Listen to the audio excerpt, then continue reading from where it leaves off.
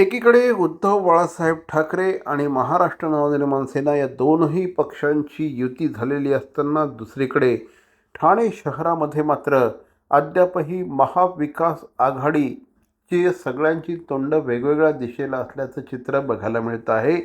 निमित्त झालं आहे ते अभिजित पवार यांनी आपल्या निवडणुकीसाठी छापलेल्या एका पत्रकाचं.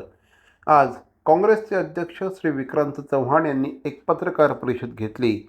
या पत्रकार परिषदेमध्ये त्यांनी अभिजित पवार यांनी छापलेलं पत्रक प्रसिद्धी माध्यमांना दाखवलं. या पत्रकामध्ये कुठल्याही प्रकारे महाविकास आघाडीच्या नेत्यांचे फोटो नाहीत असा आक्षेप श्री विक्रांत चव्हाण यांनी घेतला आहे. अशा प्रकारे काँग्रेसला गृहीत धरू नका असं आव्हानच श्री विक्रांत चव्हाण यांनी दिलं आहे. जर अशा पद्धतीने अभिजित पवार आणि आमदार जितेंद्र आव्हाड वागणार असतील तर मुंब्र्यामध्ये आमचे देखील मतदार मोठ्या प्रमाणात आहेत आणि आम्हीही तिथे काहीही करू शकतो असं आव्हानच श्री विक्रांत चव्हाण यांनी दिलं आहे. अद्यापपर्यंत महाविकास आघाडीचे जागा वाटप झालेलं नाही.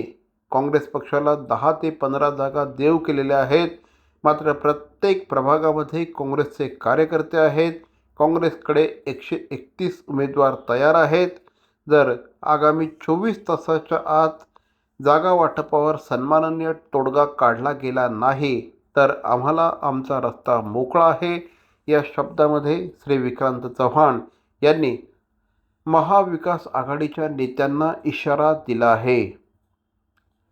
महाराष्ट्र नवनिर्माण सेनेचे अविनाश जाधव यांनी अद्यापपर्यंत अनेकदा संपर्क साधला आहे. राजन विचारे यांच्याकडून देखील संपर्क होतो आहे. मात्र राष्ट्रवादीकडून संपर्क होत नाही अशी तक्रार देखील विक्रांत चव्हाण यांनी केली आहे. काँग्रेस पक्ष स्वबळावर लढण्याच्या मानसिकतेमध्ये नाही. मात्र जर काँग्रेस पक्षाला सन्माननीय वागणूक दिली गेली नाही तर काँग्रेस पक्ष 131 जागांवर उमेदवार लढवू शकतो असं यावेळी श्री विक्रांत चव्हाण यांनी म्हटलं आहे.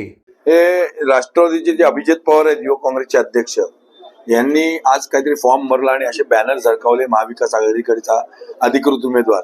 तर हेच सांगण्यासाठी आपल्याला बोलवलंय की अधिकृत अद्याप घोषणा झालेली नाही महाविकास आघाडीची आणि त्यामुळे हा जो बॅनर लावलेला आहे हा चुकीचा बॅनर आहे. असे बॅनर त्यांनी लावू नयेत राष्ट्रवादीने आणि त्याला अध्यक्ष राष्ट्रवादीचे आणि सौ ऋता आव्हाड उपस्थित होत्या.